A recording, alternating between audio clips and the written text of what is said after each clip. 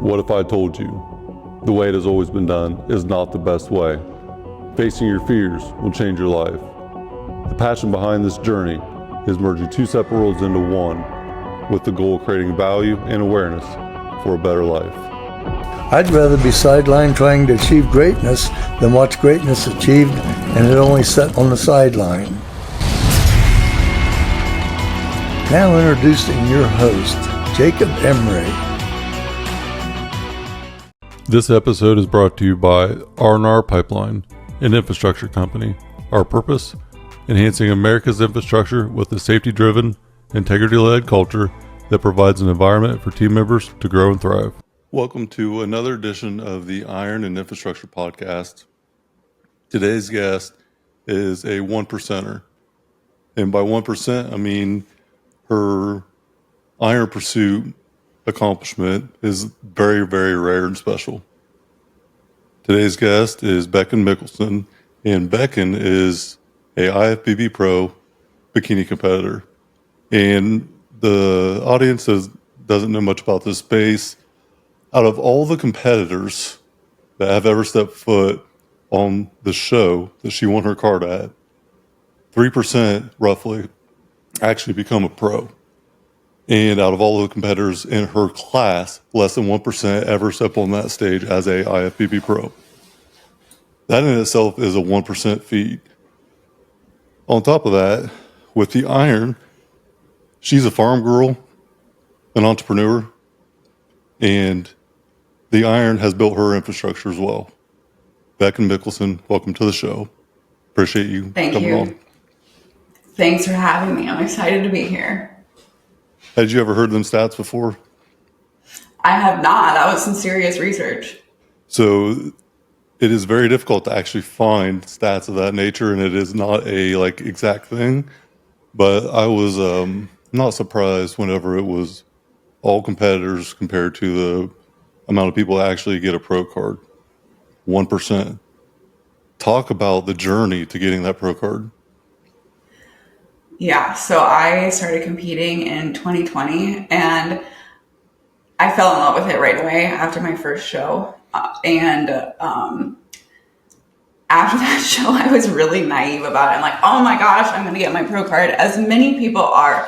Now I've coached some competitors myself and they're all the same way that I was thinking, talking about their pro card. And then 3 years later, I'm realizing, or I guess it was 2 years later, after my first national show, I would realize oh, this is fucking hard.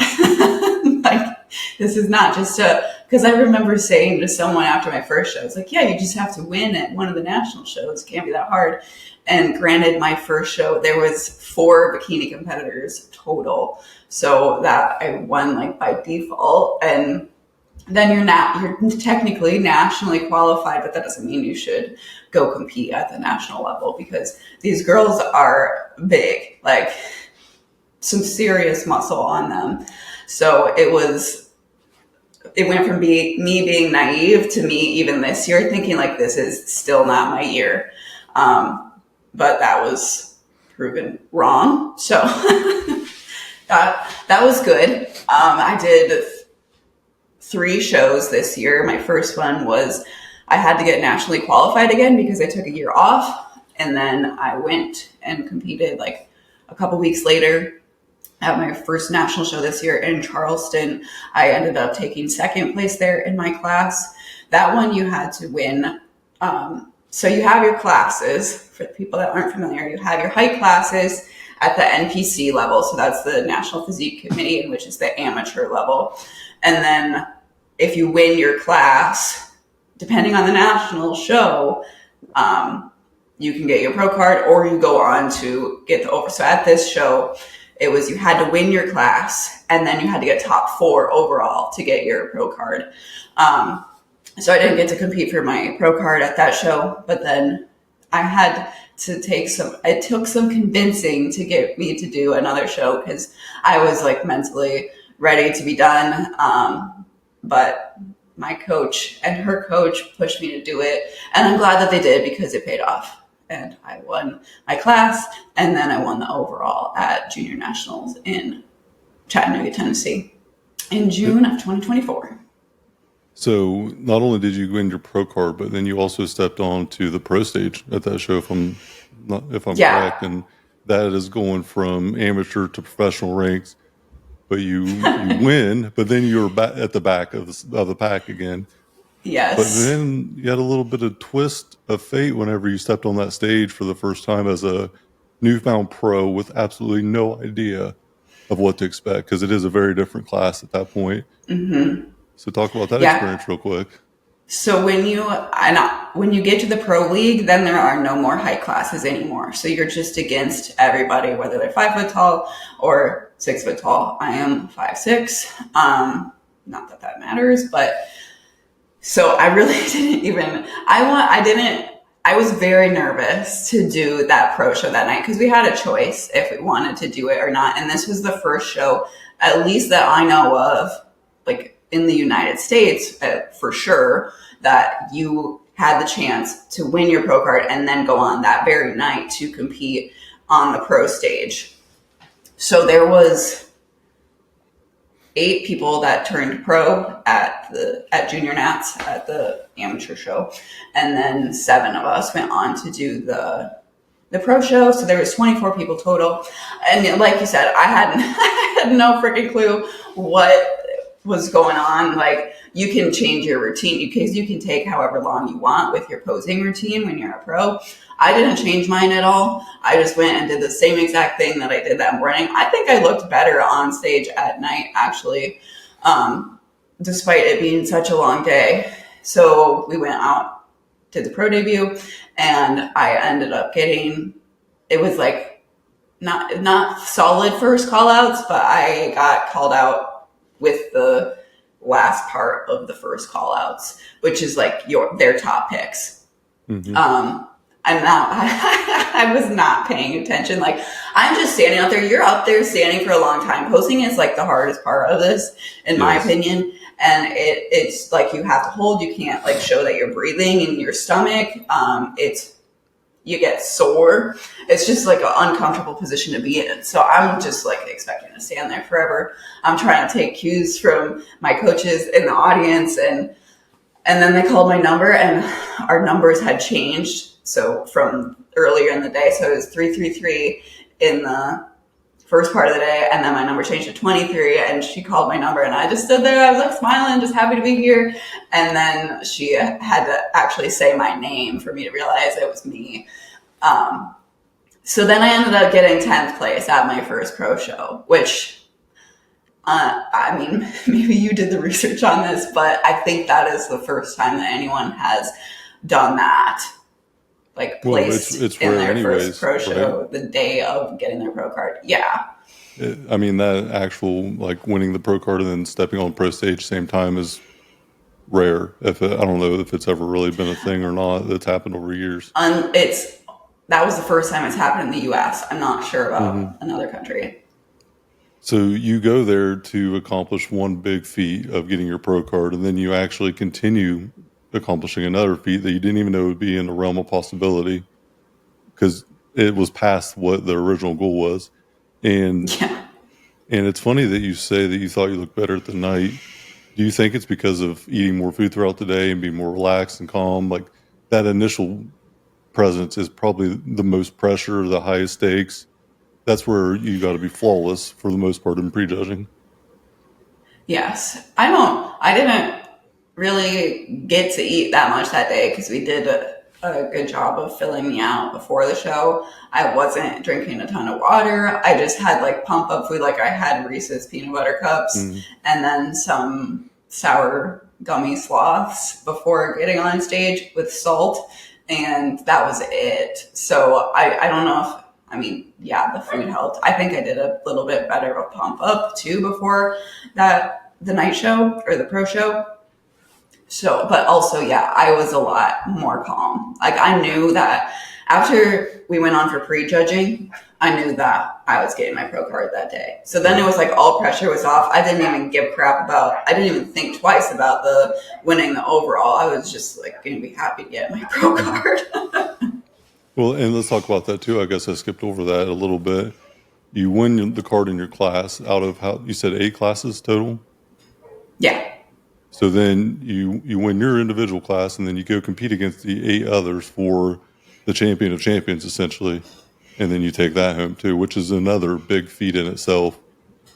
I mean, you Yeah. swept the floor with everyone there on the amateur level and became the number one person out of all that. And there's some pretty heavy hitters in that class, if I'm not mistaken. So it's a pretty acknowledgeable feat of not only the 1%, but you did it in 4 or 5 years. Yeah. So I want to shift a little bit because I know that you're into personal development and the compound effect. So think of the compound effect and Mind Pump. Mind Pump was a staple for me years ago as well. And building a metabolism that is like a massive fire that you just keep putting gasoline on. It's profound for women to think that I'm going to go lift weights, I'm going to eat food, I'm going to get bulky, I'm going to get big. But the reality is 99% of women couldn't get big if they tried for a very, very long time. It would take forever.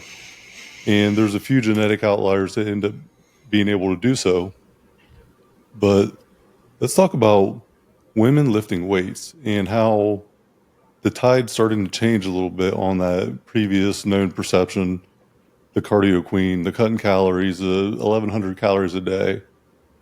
That's kind of debunked by science and debunked by results. So Right. what has the iron and strength training done for you as a woman and a pro competitor, but also for your clients as a coach and just for people in society in general to understand that true strength is a key to longevity, a key to good health, and doing nothing but cardio essentially cuts fat down to nothing. There's no density, no base. So talk about that with women and lifting weights. Yeah. I mean, everyone's heard that someone say like, oh, I don't want to lift weights. I don't want to get bulky. I cannot express enough like how hard that is to do. And it's honestly offensive to me. Like, okay, well, if I wish that would happen. I've been trying to grow my glutes for 4 years and like I still need to improve there. So it's not something that just magically happens and people don't know. I mean, people don't know enough about nutrition. Like you can go lift weights, but if you're not eating enough, you're not going to see results. You're not going to feel good in the gym. So in like 2012 was when I started working out. I didn't start going to the gym. I was doing like Beachbody workouts at home and like I was never a runner, God bless. But I was doing like a bunch of cardio workouts, like stupid, like Beachbody, like just those things you see on the things you see on Instagram. That's like middle-aged women doing anything but or butt strength training. I did that it was 2012 through 2020. So 2020 is when I first started competing. I was working out twice a day. I was eating like 1,200 calories a day, and I was in that constant like binge and restrict cycle because I hated it. I wasn't ever seeing results, and it was just like constantly starting over. And once I figured out, like when I started my first prep, the first thing my coach at that time did was up my food, and that's when I started seeing like muscle gains and fat loss.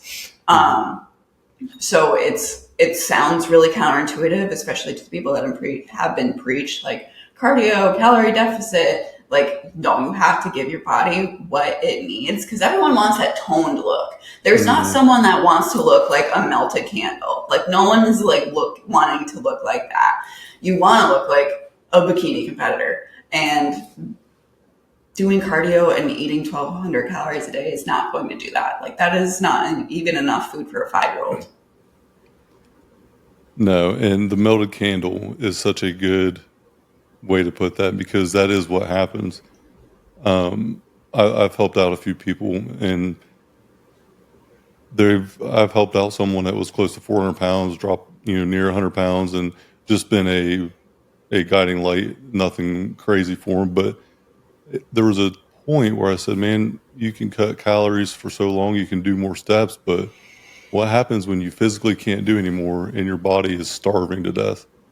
And, the old calories in versus calories out debate so many people want to say that it's not true, but look at prisoners of war. Like, they starve people that lose all their muscle mass, and then they lose their cognitive function. They lose ability to do anything. You have to fuel your body to make it grow. But the problem is, it's not sexy. It is not attractive to say, okay, I'm going to need you to do this hard thing, for weeks on end with zero to little result visibly at all. And you just got to trust me. Or go do this cardio, feel like you got your ass completely handed to you. You're sweating like crazy. You drop pounds in the initial because your body is adapting to that.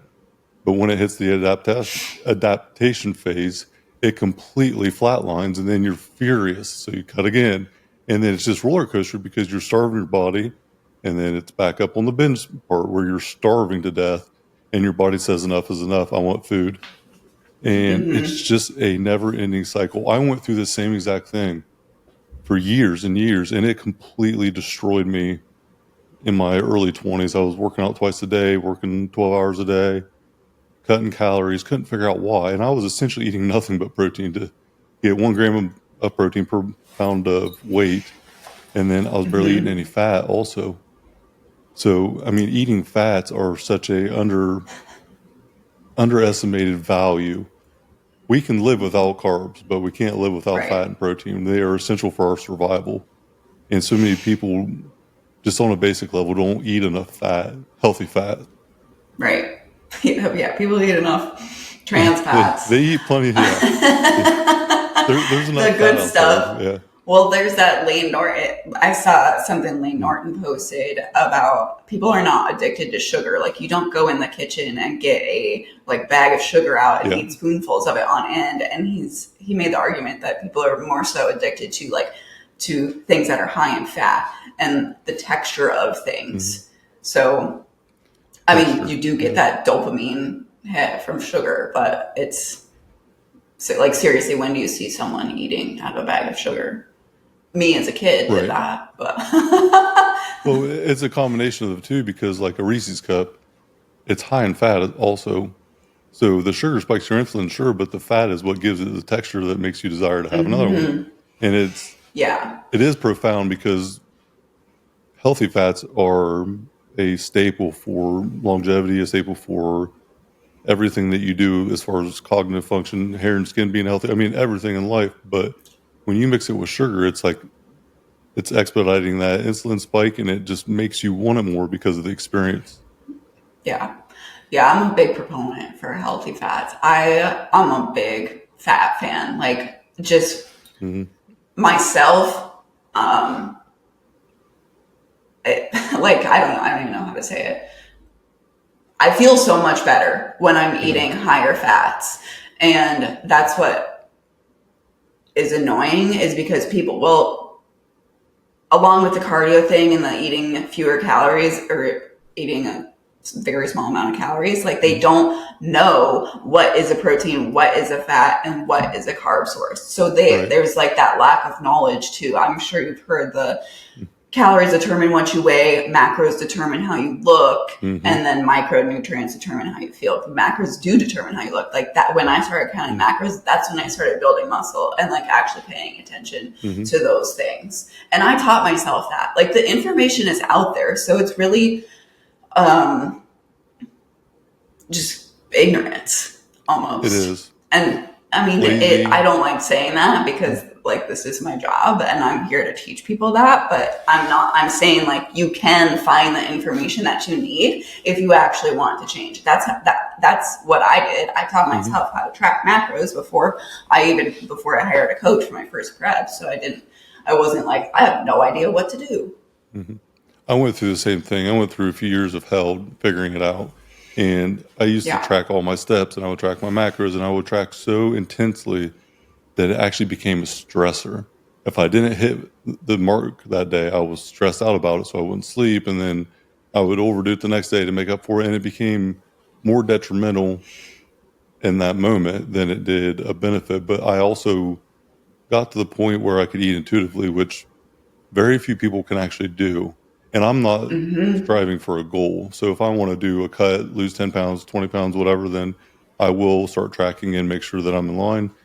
But now I don't have to track, but it's only because I went through 3 to 5 years of absolute misery figuring that out.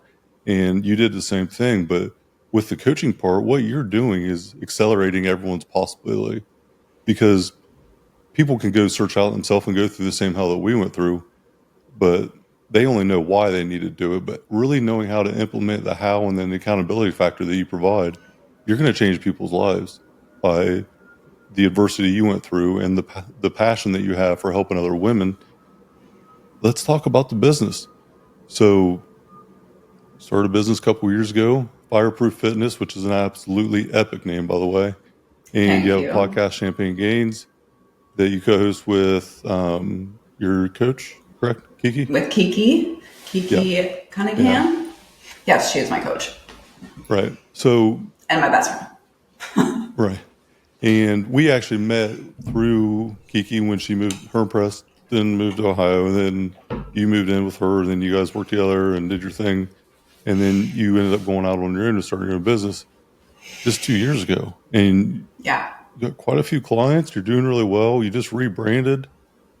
You're kicking ass in all these areas in life. So let's talk about delayed gratification within the pursuit of that pro card, but then also in business, and understanding the patience that you have to have as an entrepreneur, because it is hard. You took on 2 big feats this year with business and with this pro card. You got to be patient with the outcome, because you can push too hard and either implode yourself or do something destructive by trying to force the timeline. Delayed gratification for me was the foundation that I learned from the iron game at a young age. So let's talk about the business. Let's talk about that journey of delayed gratification to compound effect and how it's helped you out. Yeah, so I started my business in 2022. It was in August, and that it wasn't called Fireproof Fitness then. It took me a minute to figure that out and to really nail down my core values and what I wanted to stand for and everything. So it was almost, like 2 years because I launched my rebrand in August or beginning of September. So it was 2 years of really figuring it out and nailing everything down. And my program, just like what I want to stand for and what I want to help people with and who I want to help.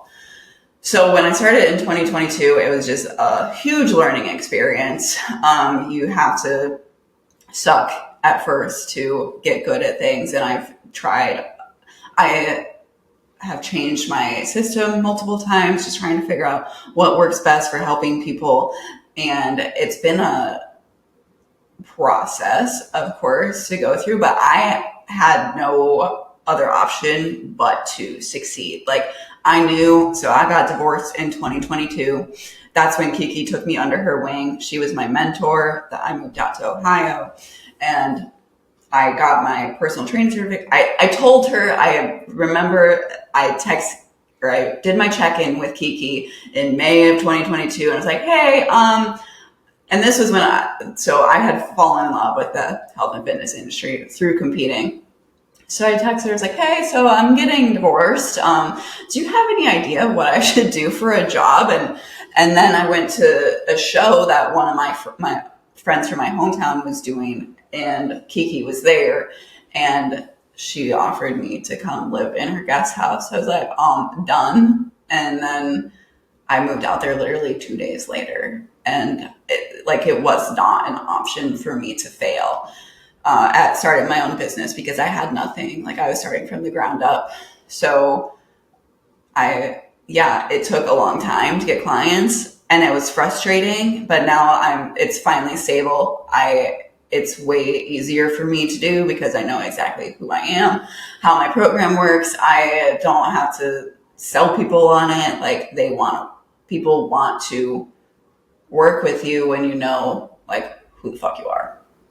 Mm-hmm. And you can get them results. That's incredible. Wow, that's awesome. That's such a short amount of time and such a big commitment. I love there was no plan B. I'm all in. This has to work. There's no other option.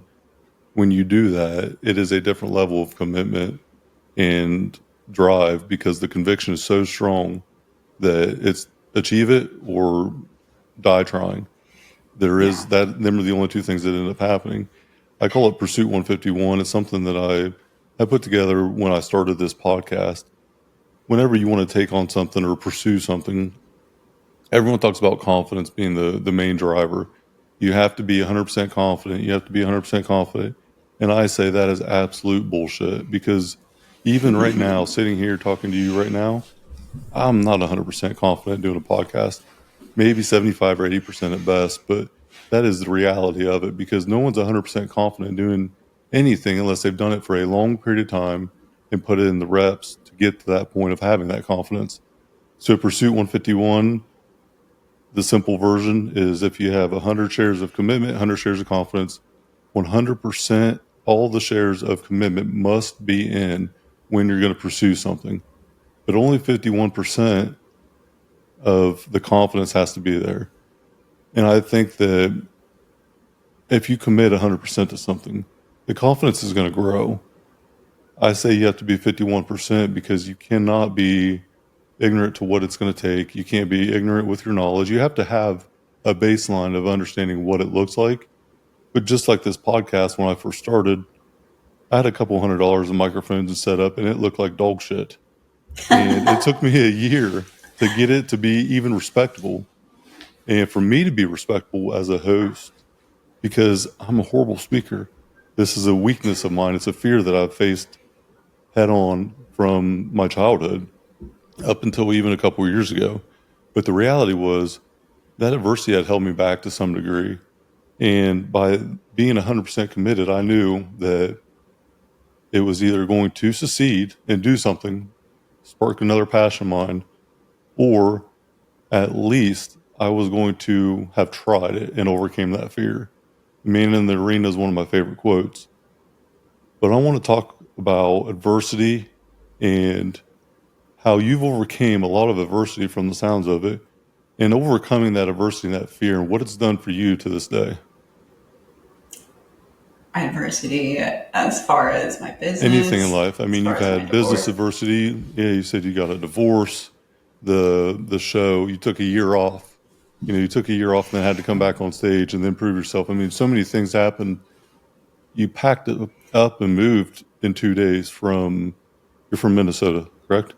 Yes. So from Minnesota to Ohio in 2 days on a whim. I mean, overcoming all that adversity had to be incredibly tough. And you went from the bottom of the mountain staring up at this climb, and then a few years later, in 4 years, you're an IFBB Pro, you're self-employed, you're an entrepreneur, you're living life on your terms in a very short amount of time. I just recently had this conversation with my dad, actually. I think that the one thing that holds a lot of people back is their take on other people's opinions. So I told him, I was like, dude, if I cared about what other people thought of me, I literally would not have a job, because I have to post on Instagram and look like an idiot. And I'm okay with looking like an idiot sometimes. That's really who I am. It's fine. And I love it. And I love what I do. And that was probably the hardest part for me, was getting comfortable, putting myself out there and showing people that I knew something. I had a friend tell me, she's like, I just love how far that, after I moved away, just hearing people say wow, you've come so far. You're a totally different person. She's like, I don't want this to sound bad, but you sound smarter. I was like, yeah, because I actually know some things about nutrition and whatnot. So I am sharing that. I mean, it's selfish of you to not share your knowledge with other people when you can help them. And that is my thing. What is it called? The plight of the broken, where you want to fix in others what was once broken in yourself. Yep. So I had no idea how to, I struggled for 8 years trying to look the way that I wanted to. I have a heart for other people that are going through shit in their marriage. And, I might not have the best advice, but I can at least be there for them. And I think that is a huge thing with overcoming adversity too, is having the right people in your corner. And I definitely have that. So I agree. Your environment, who you surround yourself with, is incredibly impactful, whether good or bad. And there's a picture that I had saved years ago, but it was a Wall Street guy with a suit and tie on and a briefcase, very, very successful. He's walking down the street and then he stops and hands money to a homeless guy. And they both grew up as brothers in the same house of an alcoholic father. One took the adversity and became different because of it, and the other one became a product of it. And so you can easily dwell on what life presents to you and what happens for us, or you can realize that this is an opportunity to get stronger. So when praying for strength, know that what's going to happen is the opportunity to get stronger is going to be presented. You're not just going to get strength. And I always refer back to life is a mirror, not a window. So everything that occurs in our life is on us. It's my fault, good or bad, whatever goes on in my life. And life is a mirror, not a window. So many people were looking for this external reason or excuse or having a victim mentality, looking out this window, and they just need to look in the mirror and realize that it's on them. Learning is doing something different in a similar situation. So if you see this adversity and you just become a product of that adversity and don't overcome it, you're not learning anything. You're just doing what was already showed as a detriment to you, and you're just doing the same thing. You're accepting failure. And to me, it all starts with understanding your reality. So I have a thing I put together and I call it the breakdown, the bridge, and the build-up. The breakdown is facing that reality, facing the adversity. Talked about your divorce. You had to face all that at face value. It's probably extremely difficult and probably very painful, but you faced it. But then you had to build a bridge away. You made a quick decision to move away from that environment and you bridged away from it. And then the last phase is the build-up where you kind of create your highway to success.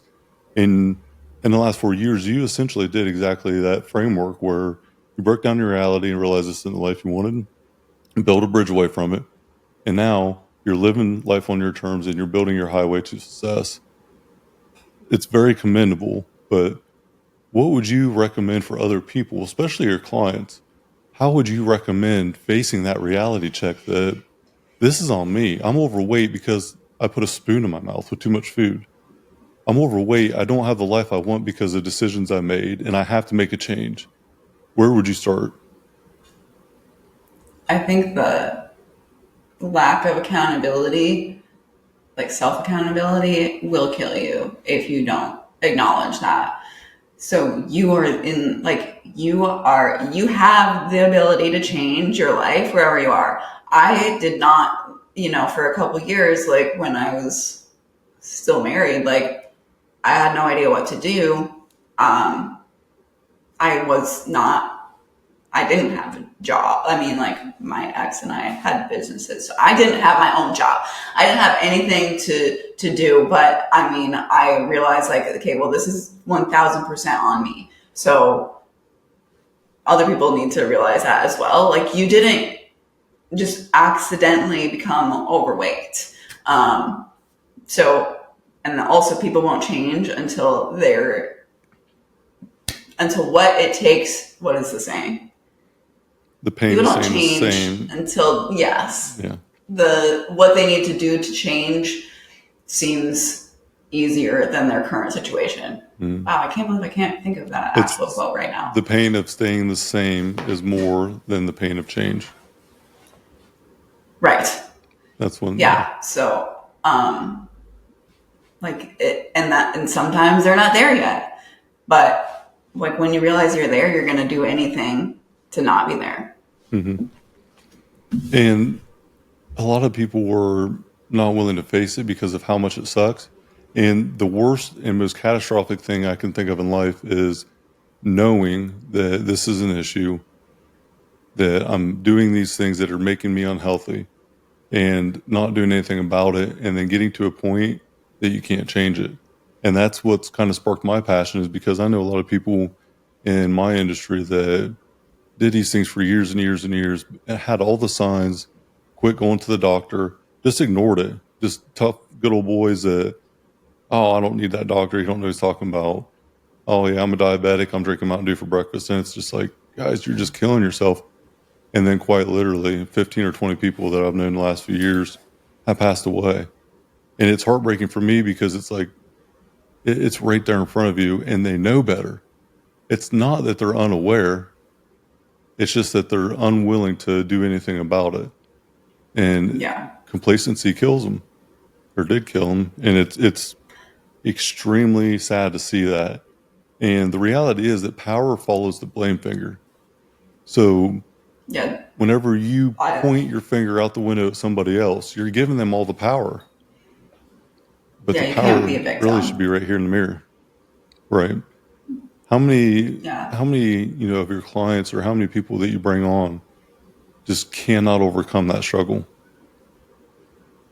I mean, that's my job, is to get them to do that. It's more of like a psychological thing than a physical thing sometimes too.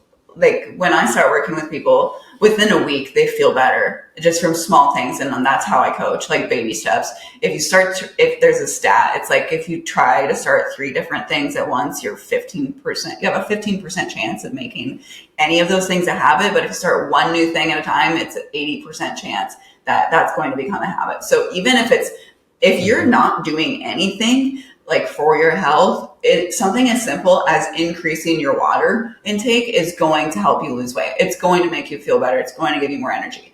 A lot of people, I mean, that is very small. So, I try to get people to drink, like, okay, if we're not drinking at least half a gallon a day, do that. But first week with me, we add protein. I don't tell them to do anything else. I'm like, all right, I just want you to try to add like 100 grams of protein. Well, not add 100, but hit 100 grams of protein this week. And like, it's amazing. Sometimes it still surprises me, which it shouldn't. But I mean, I think it's just that it just makes me happy when they come to me. They're like, oh my God, I feel so much better. I don't have any cravings. I'm going to the bathroom regularly. I'm sleeping better. My clothes are already fitting better. Like, it doesn't take much to change. So working on those baby steps with them, and that creates this all ties together. But even with me and my business, like doing the small things, getting those small wins, like getting clients wins is a win for me and builds my confidence. But that also builds their confidence to keep going. Like, okay, this is working. And then you have the compound effect. It's so good. I do the same thing whenever people reach out to me.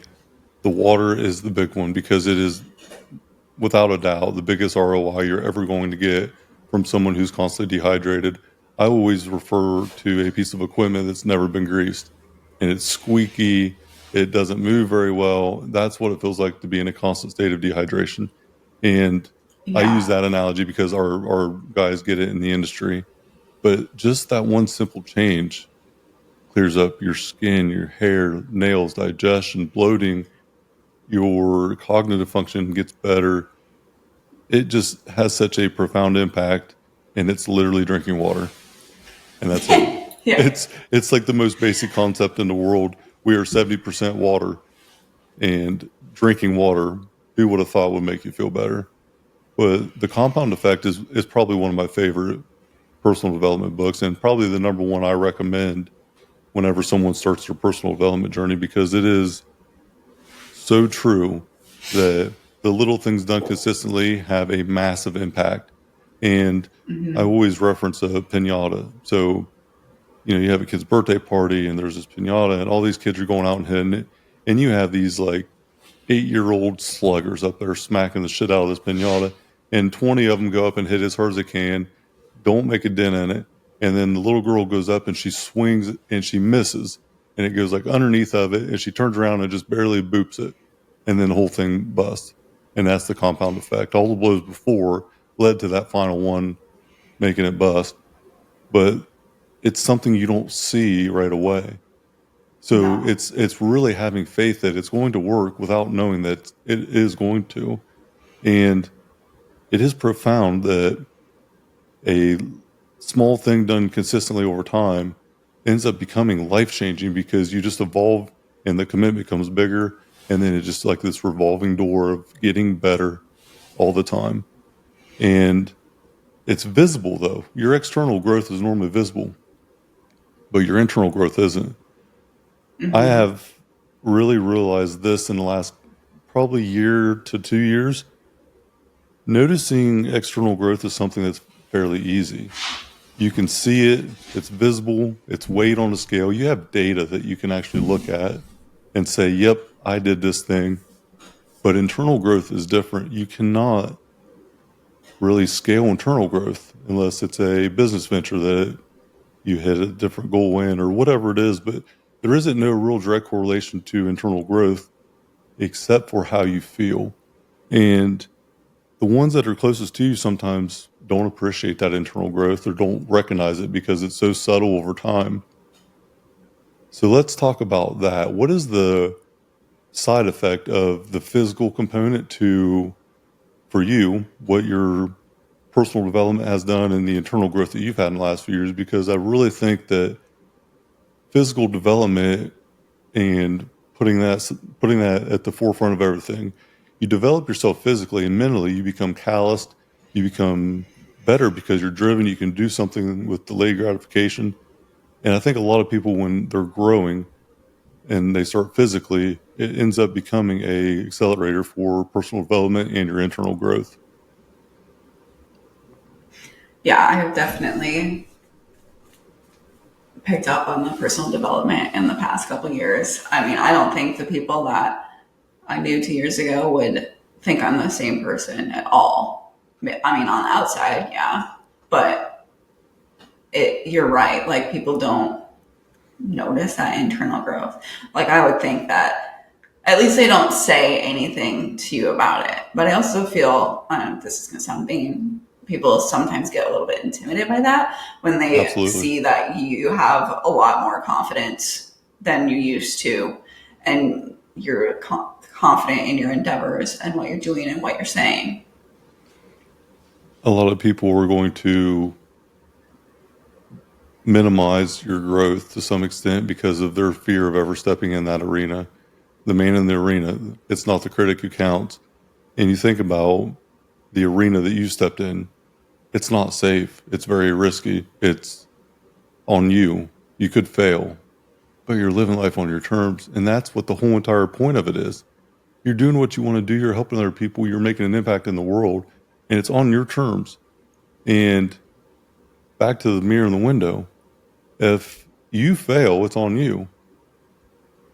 You can't look out the window. But if you're at some corporate job that you don't like, it's on somebody else whether or not you get what you want out of life. You're handcuffed to someone else's decision. For me, I realized one thing at a young age. I will be damned if I'm going to have a boss ever again. I just Same. cannot. I am unemployable. That is a reason that's another reason that I was like, yeah, I cannot fail at this because I'm not going to go work for somebody. Like, I can't be on someone else's schedule. No, thank you. I am I unemployable. want to do what I want when I want. Yeah. Well, I'm not employable, so I'm fucked if it don't happen. I don't know what else to say. I either make it or I go on welfare or something because it's not something where I could ever be an employee again. Yeah, that won't happen either. Now I'm just throwing shit out there. But you think about it, the internal growth is most often not recognized by the ones closest to us, and that normally includes your closest friends and closest family members. And it is so discouraging whenever you've accomplished something and someone they don't recognize it. First of all, they're unable to even understand the greatness of it and what you've accomplished at such a high level. They can't even understand the feat it took to actually do that. I know just from my personal experience, I had to realize that I can never downplay my own greatness and my own confidence and my conviction to help other people and my desire and passion to do so. I can never downplay it because someone else's dream for me. I had to let everyone else's dream for me die to live my own. And I think that's where my life really started to take off. Yeah. I I don't think it's discouraging that people don't see it. I mean, I have become callous enough. Like, I don't care that no one is cheering for me. Or, I mean, like, people are cheering for me, but I don't care to hear praise about it. Like, I know what I'm doing. So if no one acknowledges it, it's fine. Like, I don't invite people to my shows. I don't care if my parents are in the audience. Like, this is for me. Mm-hmm. Well, it's the lonely road. It's the one that it's misunderstood to your previous group of people that you're around all the time. You broke free of that environment, and it's this lonely road where you're just paving a new path for yourself. And all the people that used to cheer for you quit because everybody roots for the underdog. But then the underdog starts becoming the champ, and then they don't really care anymore. Now it's more about they were rooting for you probably for themselves to feel better about the possibility that you may or may not make it, but they might have your best interests in mind, but their best interest for you, and I'm speaking more of a personal experience, but that interest that they have for you is probably not going to be beneficial for your own personal interest in yourself. So like what you want to achieve in life more than likely is not going to match anyone else's best interest for you. So you got to choose wisely who you put around you and how the people can impact your decisions and your growth. Being safe and having someone look out for you, I would always put an asterisk next to it if they don't desire the thing that you desire to have in life. And that's just my personal experience, but I'm assuming that you could probably relate to that in the last few years. Yeah, I don't want safety. I want to be able to take care of myself, and I can take care of myself. And anyone that I bring into my life is going to amplify my life, and not like successfully or not with work or whatever. I mean, hopefully by whatever, but yeah, I'm sorry, I lost my train of thought. It's all right. Let's transition to another segment of iron, because I grew up on heavy equipment, operating equipment from a young age, and that really sparked my part two or part one of my passion for iron. One being heavy equipment, one being weightlifting, and you have a similar background as well. So you're also a Midwesterner from Minnesota. You grew up on a farm. So let's talk about that. Operating equipment, you were a farm girl essentially growing up. So talk about the hard work, the effort, the callousness that you probably developed working on a farm, doing the thing, getting on the equipment. Like, let's just talk about the experience in itself. I mean, I was a very spoiled farm girl, just to get that clear. But I'm my dad's only son. So I was the one with him. I'm the youngest daughter, so I was always with him at the farm. He taught me how to operate like the ripper or the tractor. I never got to drive the combine. He taught me how to drive a semi. So just being around him, and like he always calls me, he always says, you're an operator, not a driver. And I love it. Like, I'm not just like driving, I'm operating something, I'm using my brain. And that is, I like to think of myself like that in other aspects of life as well. Certification doesn't mean qualification. And right. I reference that nonstop because you can be certified to do something or have a piece of paper to say, yes, I can go do this, but it doesn't mean you can actually do it. So being an operator and not just a driver showcases that you can actually operate the machine the way it was intended, not move it and park it in a different location. There's a massive difference, and I understand that unfortunately too well, because it's something that I've often dealt with where, we have guys come in, yep, I can operate equipment, and they can move it down the parking lot and park it, and that's about it, because there is a distinct, clear difference between operator and mobilizer, or whatever you want to call it, driver. But you also had, Minnesota, I'm assuming hills, obviously snow, it's cold, and you like to snowmobile. I grew up racing motocross. So although opposite seasons, similar concept. So let's talk about snowmobiling and I mean, obviously it's fun, but what kind of snowmobiling do you like to do? Like, let's just talk about that in general because I think it's badass personally. I grew up snowmobiling with my dad, and I was like literally like on the back of his snowmobile until I could drive one, which is pretty young. One time he actually like he had his snowmobile, and then we had like a smaller, not like one of the baby snowmobiles, but I was in trouble and like grounded, and I was like, "Can I go ride the snowmobile?" And he said, "If you can get it started." And then he like didn't think that I'd be able to do it. And then the next thing, and because I couldn't, because pulling that shit is hard, especially when you're little. And the next thing he knew, I was like out ripping around in the backyard. So he had to come out and get me. But I freaking love it. Like I would grow in Minnesota. There's not like mountains to ride in, so you're on like flat ground. But it's just so like peaceful. You're just there with your own thoughts. And so I always loved it. And we always went on trips together. And then he took me to the mountains. We went to Wyoming, and then we went to Colorado. And then, and then I learned how to snowmobile in the backcountry in the mountains, which is way fucking harder. But it took a while to get good at that too. I didn't get to go out last year, but we did the year before. But I just love it. It's a challenge, and it's fun, and I get to hang out with my dad and my dad's friends. I don't have any. Actually, I do have a client that found me through snowmobiling, which is pretty cool. So we're going to go out together next year. But yeah, there's nothing. And then also weightlifting helped me get a lot better at that as well, because you have to use your body. You have to move around. Like it requires a lot of work. It does. And I remember I used to race motocross, and when I did that, I was 6'2", probably 200 pounds at that point, maybe less, but I was way too damn big to be trying to race motocross. And I still lifted weight, so my endurance wasn't near what it needed to be. I wasn't any good anyway, so I sucked ass anyways. But I remember coming off the track from, I think snowmobiles are all thumb throttle, or they twist? Thumb, okay, yeah. So motocross, all the bikes are twist throttle. And so my forearms would literally like blow up.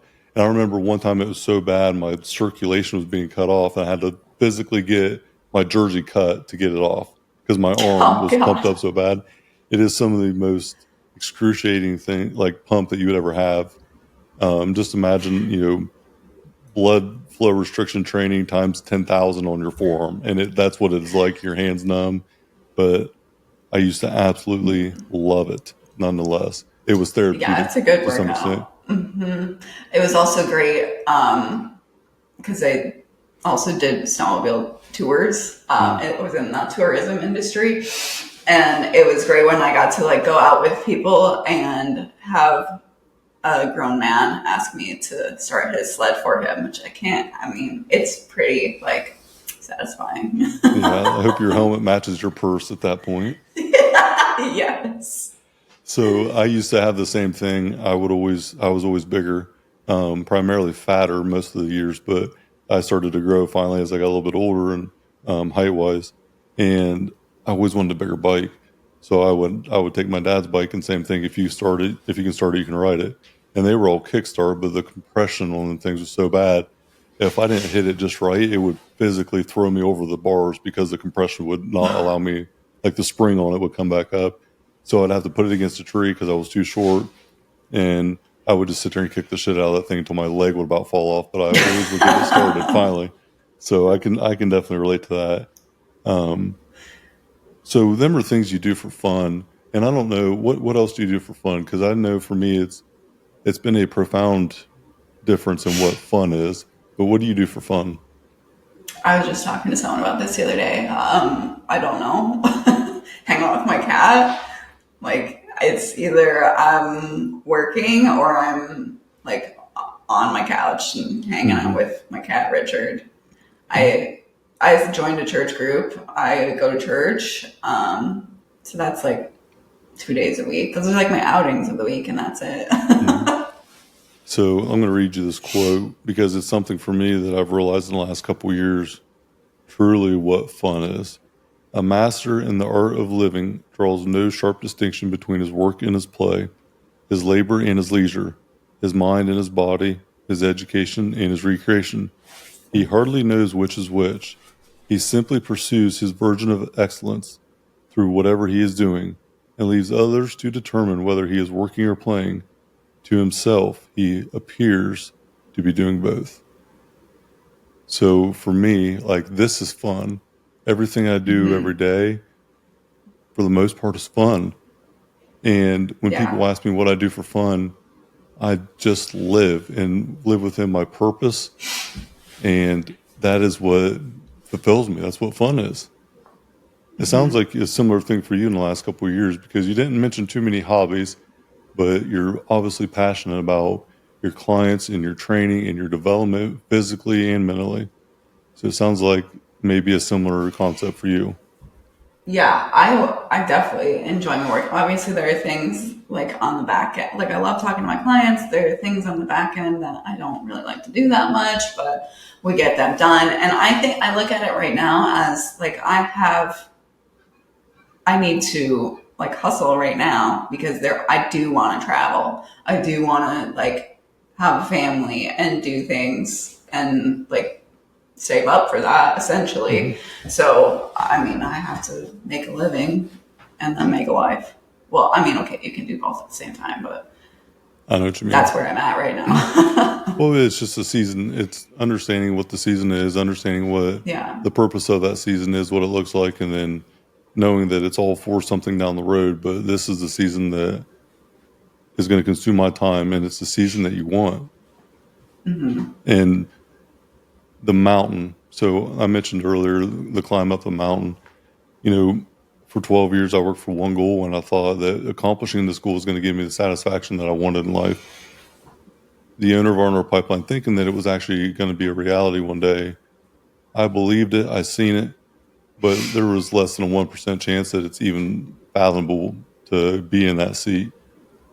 And so for 12 years, one goal, dedicated, committed all the way to it. And then it happened. And I thought, holy shit, we signed the documents, and I thought, put the crown on my head. I'm the man. Like, this is going to give me what I wanted out of life. The impossible was possible. I just proved it. And all this stuff that I thought was going to make me feel good from an external accomplishment left me drained and absolutely empty. And I couldn't figure out why. And so, referring back to the mountain, you climb up Mount Everest and you get to the top. And that's what I thought was happening. But I got to the top to enjoy the view, and I realized really quick that I'm up in the mountain. There's cloud cover, and I got it. I figured it out. But I really didn't enjoy the process to get there.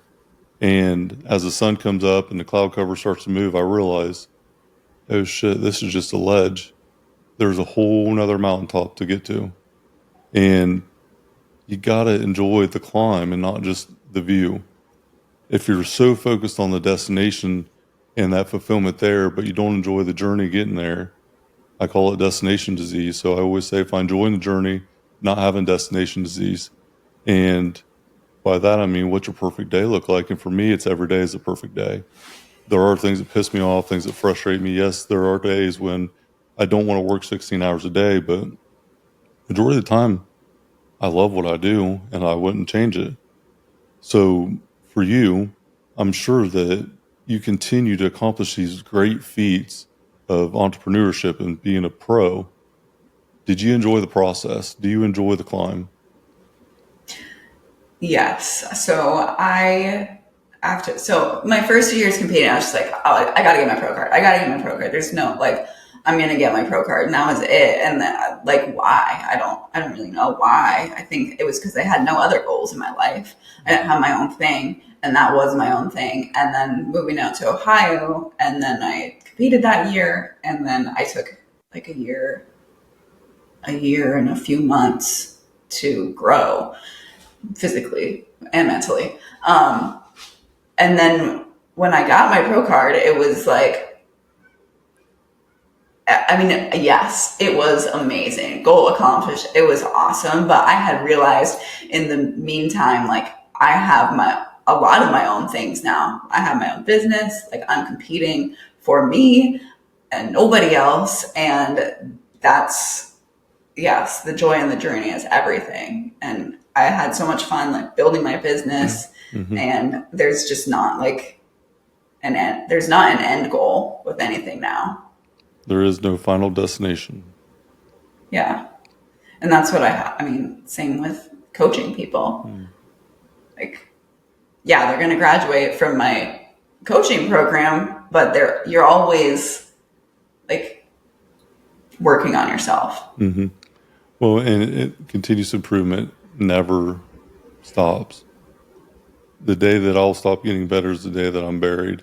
And even then I'll be kicking and screaming in that coffin to get better or trying to get out, because it's just a relentless pursuit that I can never understand not having. It's ingrained in who I am now. It's not something that I'm working to have. That pursuit is something that is just me. It's part of my lifestyle. And seeing an accomplishment like the pro card for me buying R&R Pipeline, I thought about that damn thing every day. When it happened, I expected it. I wasn't surprised. And so, yeah, maybe it took away some of that internal feeling, but the realization that it's really not what we accomplish, it's who we become while accomplishing it is truly what I feel like most people were missing out on, because it's the relentless pursuit of the accolade just showcases that is just proof that you are the person that you say you are. It is proof of nothing else. And when you say good enough is a reality check. It's not a feeling. So for you, if someone says, oh, you're not good enough to be a pro. No, actually, that's not the fucking truth, because I'm a pro and here's the proof that I have. This is the reality check. Your emotion doesn't matter. And so often in time, people want to feel a certain way without acknowledging the logic behind of it. So what does the proof say? What is the reality check of good enough is the proof. Am I an entrepreneur? I would say yes, because I got 5 damn businesses I'm a part of. So reality check, yes. Emotion, someone can have their opinion. Back to what you said earlier, it don't fucking matter. Live life on your terms and you can accomplish whatever you want. Your journey is amazing, especially in the last 4 years. You've went from what I would see or assess as somewhat rock bottom, rebuild, and completely living life on your terms 100% in a very short amount of time. So kudos to you. You should be extremely proud. Thank you. Fireproof fitness. Ladies, if you want to change your life, right, here's your opportunity. Take one step in that right direction. I promise you will not regret it. Tell them about it, Beckyn. What's it all about?